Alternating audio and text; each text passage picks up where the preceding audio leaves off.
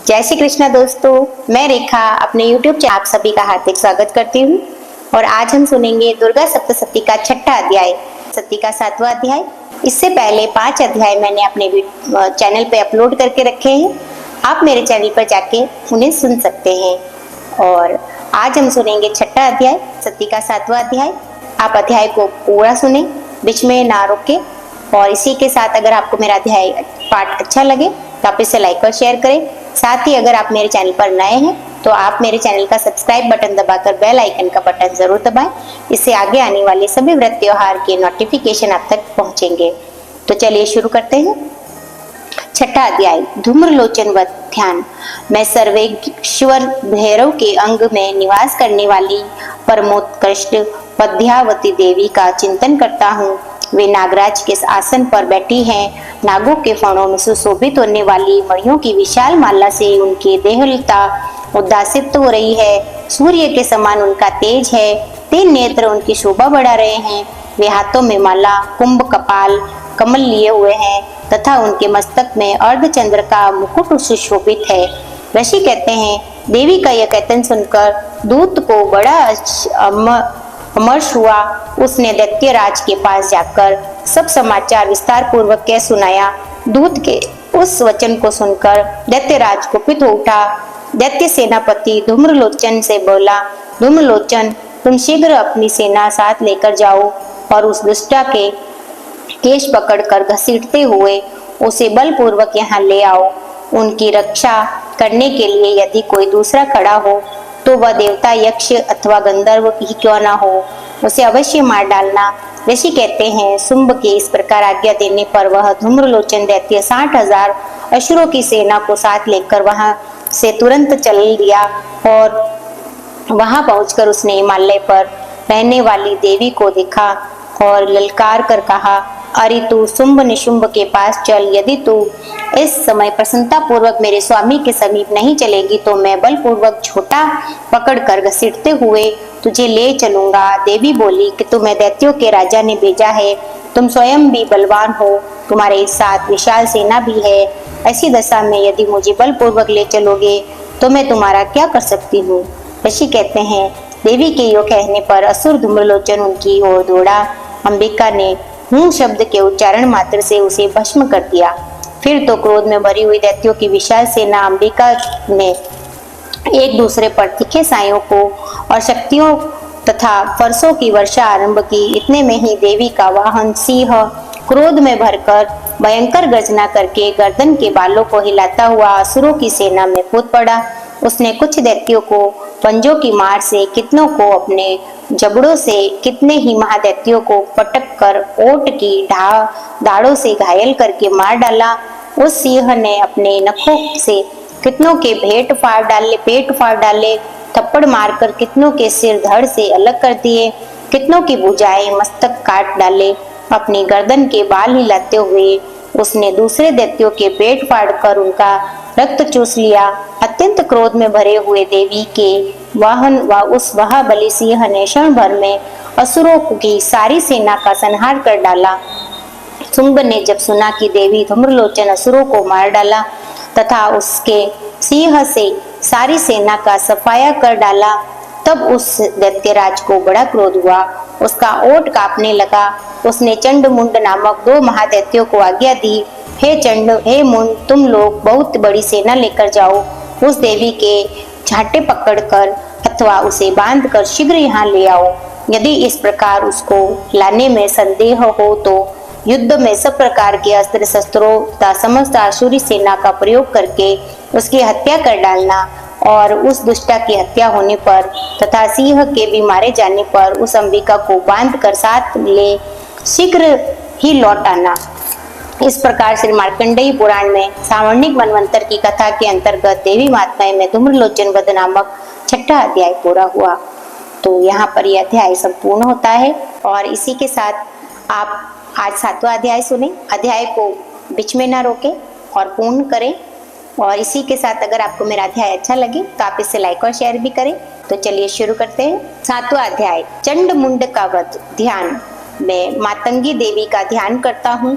वे रत्नमयी सिंहासन पर बैठकर बढ़ते हुए तोते के का मधुर शब्द सुन रही है। उनके शरीर का वर्ण श्याम है। वे अपना एक पैर कमल पर रखे हुए हैं और मस्तक पर अर्धचंद्र धारण करती है तथा कंहार पुष्पों की माला धारण किए वीणा बजाती है।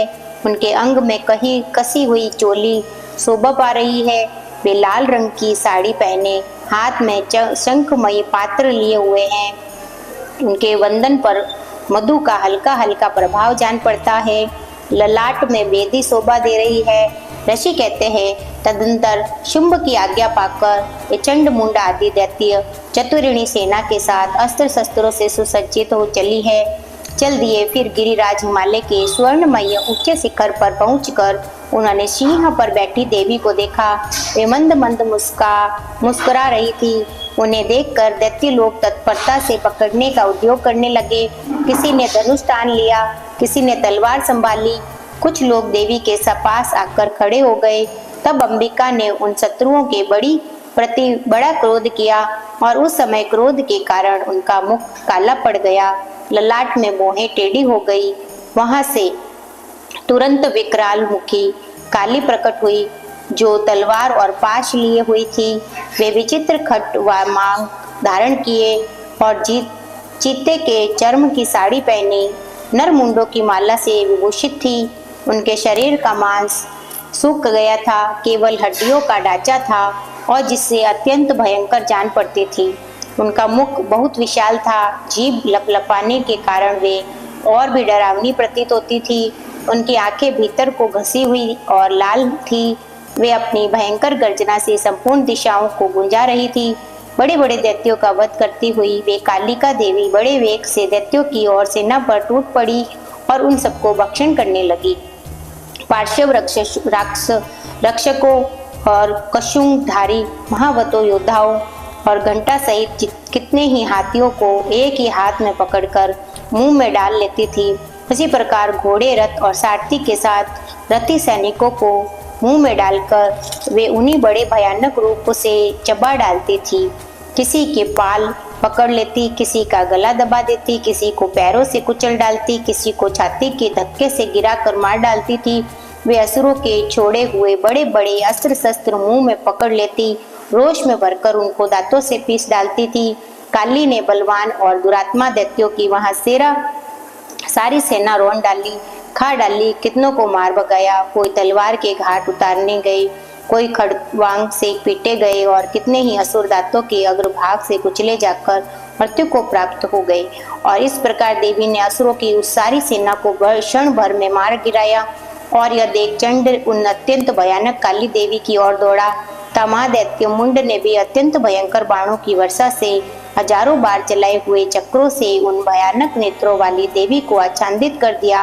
वे अनेकों चक्र देवी के मुख से समाते हुए ऐसे जान पड़े मानो सूर्य के बहुतेरे मंडल बादलों के उदर में प्रवेश कर रहे हों। तब भयंकर गर्जना करने वाली काली ने अत्यंत रोष में भरकर विकट अट्टहास किया और उस समय उनके विकराल वंदन के भीतर कठिनता से देखे जा सकने वाले दांतों के प्रभाव से वे अत्यंत उज्जवल दिखाई देती थी। देवी ने बहुत बड़ी तलवार हाथ में ले हम का उच्चारण करके चंड पर धावा किया। उसके केश पकड़कर उसी तलवार से उसका मस्तक काट डाला। चंड को मारा गया देखकर मुंड भी देवी की ओर दौड़ा। तब देवी ने रोष में भरकर उसे भी तलवार से घायल करके धरती पर सुला दिया। महापराक्रमी चंड और मुंड को मारा गया देख मरने से बची हुई बाकी सेना भय से व्याकुल हो चारों ओर भाग गई। तदंतर काली ने चंड और मुंड का मस्तक हाथ में ले चंडिका के पास जाकर प्रचंड अट्टहास करते हुए कहा, देवी, मैंने चंड और मुंड नामक इन दो महापशुओं को तुम्हें भेंट दिया है। अब युद्ध में यज्ञ में तुम शुंभ और निशुंभ को स्वयं ही वध करना।